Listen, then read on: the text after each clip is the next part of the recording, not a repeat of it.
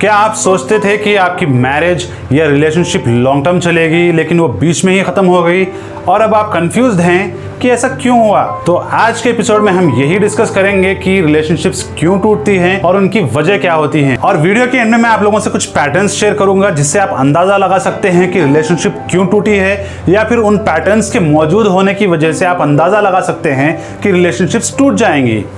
तो वीडियो को एंड तक जरूर देखते रहिए ताकि आपको भी पता लगे कि ये पैटर्न्स क्या हैं। और अगर आप इस चैनल पर नए हैं तो इस चैनल को सब्सक्राइब कर बेल आइकन को जरूर प्रेस करिए ताकि आपको भी आपके सवालों के जवाब वाली वीडियोस की नोटिफिकेशंस मिलती रहें।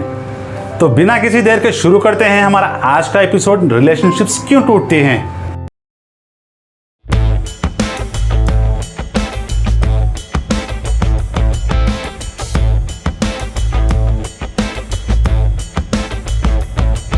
मैं आपका दोस्त हुसैन आप लोगों का वेलकम करता हूं आपके अपने YouTube चैनल रिलेशनशिप हैक्स पर, जहां आपको आपके रिलेशनशिप से जुड़े सभी सवालों के जवाब और प्रैक्टिकल एडवाइस मिलेगी। क्या आप लोगों को पता है दोस्तों कि रिलेशनशिप्स टूटने के बहुत ही कम वजह होती हैं, जिसमें से पहली आती है कि पार्टनर्स में अंडरस्टैंडिंग या फिर कंपैटिबिलिटी नहीं है, जिसके ऊपर मैंने अपनी पिछली वीडियो में डिस्कस किया है। उसकी लिंक आप लोगों को नीचे डिस्क्रिप्शन में या फिर ऊपर मिल जाएगी।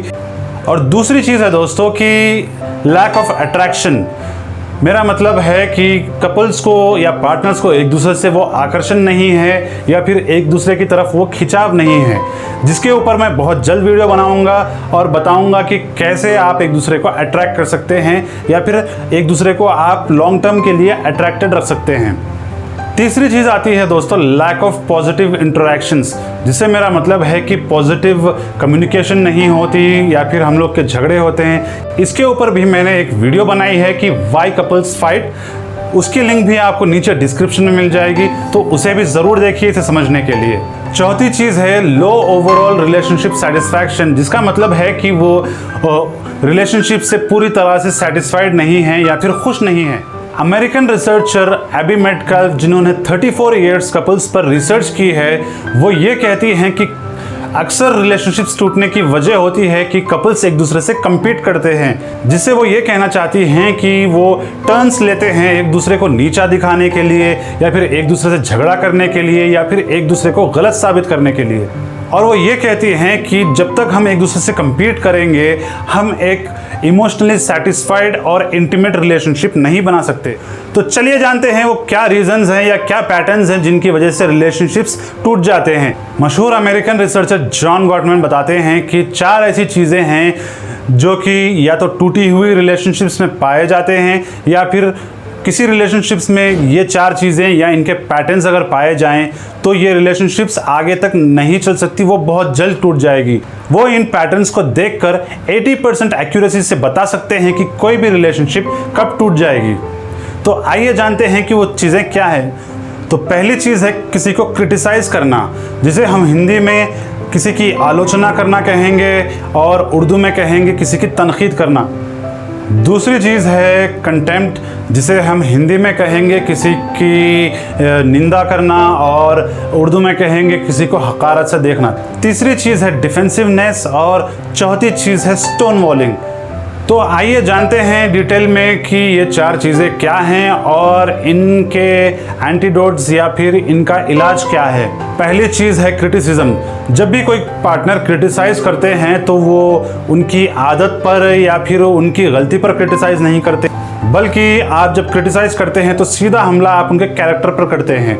चलिए एक एग्जाम्पल के ज़रिए इसे बेहतर समझते हैं। सोचें कि आपकी पार्टनर ने चाय बनाई और ख़ुद पी ली, तो आप चाय को छोड़कर सीधा ये कहेंगे कि आप तो बहुत खुदगर्ज हैं, बहुत सेल्फिश हैं, या फिर आपसे और एक्सपेक्ट ही क्या किया जा सकता है। तो आप चाय पर नहीं बल्कि उनके कैरेक्टर पर हमला कर रहे हैं। तो जॉन गॉटमैन कहते हैं कि ऐसा करने के बजाय आप कह दें कि मुझे भी चाय चाहिए थी।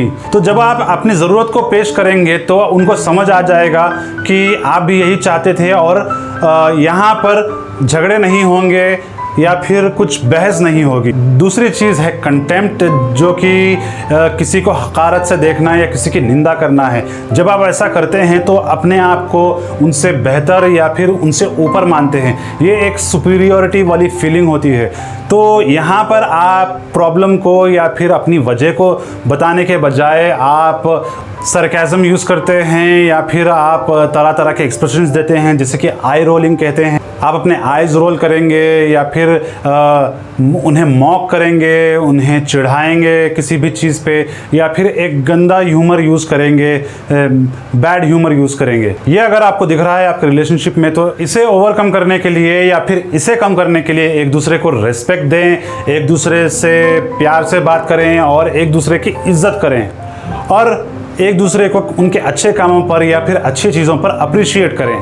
तीसरी चीज़ है दोस्तों डिफेंसिवनेस। डिफेंसिवनेस से मेरा मतलब है कि आप एक शील्ड बना लेते हैं, आप डिफेंसिव हो जाते हैं, किसी भी गलती को आप नहीं मानते। गलती होने के बावजूद भी हम अपने आप को सही बताने की कोशिश करते हैं, हम वजह बताते हैं कि हम क्यों सही हैं, और हम उसकी रिस्पॉन्सिबिलिटी नहीं लेते कि हम गलत हैं। तो दोस्तों डिफेंसिव होने से कभी प्रॉब्लम सॉल्व नहीं होंगी, बल्कि ये एक और तरीका है आपके पार्टनर को ये बताने का कि वो गलत है। सोचिए कि एग्जाम्पल, आप लेट आ गए और बजाय ये कहने के कि मैं लेट हो गया या फिर उसकी रिस्पॉन्सिबिलिटी लेने के, आप ये कहेंगे कि लेट आने में मेरी गलती ही नहीं है, ऐसा हो गया था, वैसा हो गया था, या फिर उसकी ये वजह थी, इसी वजह से मैं लेट आया हूँ। तो ऐसा करेंगे आप। ऐसा ना करके आप ये कह सकते हैं कि हाँ मैं लेट हो गया, या फिर आप ये कह सकते हैं कि हाँ मुझे थोड़ा पहले बता देना चाहिए था कॉल करके कि मैं लेट हो जाऊंगा। तो अपने गलती की रिस्पॉन्सिबिलिटी लें, सामने वाले की रिस्पेक्ट करें, और ऐसे करके आप इसे अवॉइड कर सकते हैं। तो चौथी चीज़ है दोस्तों स्टोन वॉलिंग, जिसका मतलब है कि आप अपने आप को अपने पार्टनर से डिटैच कर रहे हैं, उनसे अलग कर रहे हैं, या फिर जानबूझकर दूरी इख्तियार कर रहे हैं, या फिर जब वो कुछ कह रहे हैं तो आप उनकी बातों पर ध्यान नहीं दे रहे। तो आप इसे अच्छे तरीके से भी यूज़ कर सकते हैं। जब आपका झगड़ा हो रहा हो या आर्ग्यूमेंट हो रही हो, तो आप कहिए कि मैं कुछ देर के बाद, अभी मैं गुस्से में हूँ, मैं कुछ देर से बात करूँगा, क्योंकि मैं गुस्से में ऐसा कुछ नहीं कहना चाहता जिसे मैं बाद में रिग्रेट करूँ। या फिर आप ये कह सकते हैं कि मुझे लगता है मैं इस कॉन्वर्सेशन से इंसाफ नहीं कर पा रहा हूँ, तो मुझे थोड़ा टाइम दे ताकि मैं कूल हो जाऊँ और हम बातचीत फिर से शुरू कर सकते हैं। तो स्टोन वॉलिंग इस तरीके की अच्छी है, ना कि ऐसे कि आपके पार्टनर कुछ कह रहे हैं और आप ध्यान नहीं दे रहे हैं उनकी तरफ, या फिर उनकी बातें नहीं सुन रहे, जिससे कि आप उन्हें बेहतर समझ पाएँ। और आखिर में दोस्तों मैं कुछ नसीहतें आप लोगों से शेयर करना चाहता हूँ। सबसे अहम चीज़ ये है दोस्तों कि रिलेशनशिप अगर ख़राब चल रही है, या फिर किसी को रिलेशनशिप में प्रॉब्लम हो रही है, या फिर वो घुट रहे हैं या तकलीफ़ में हैं, तो उस इंसान का पहला फ़र्ज़ है कि वो अपने आप को चेंज करें ताकि रिलेशनशिप चेंज हो। किसी भी रिलेशनशिप को चेंज करने के लिए पहले ख़ुद को चेंज करना बहुत ज़रूरी है। तो आप गौर करें कि आप कि क्या गलतियां हैं, किन चीज़ों की वजह से आप इन झगड़ों में या फिर इस बैड सिचुएशन में कंट्रीब्यूट कर रहे हैं, और उन चीज़ों को अवॉइड करिए। और मैं ये भी बताना चाहता हूँ दोस्तों कि अगर आपकी रिलेशनशिप्स ख़राब रही हैं या टूट चुकी हैं, तो आप गौर करें कि किन वजह से ये रिलेशनशिप्स टूटी हैं। अभी आपको पता चल गया कि कौन सी पैटर्न्स होती हैं या फिर कौन से रीजंस होते हैं जिनकी वजह से रिलेशनशिप्स टूट जाती हैं। तो ये चीज़ें गौर करें और सोचिए कि आपकी रीज़न कौन सी थी जिसकी वजह से रिलेशनशिप टूट गई है।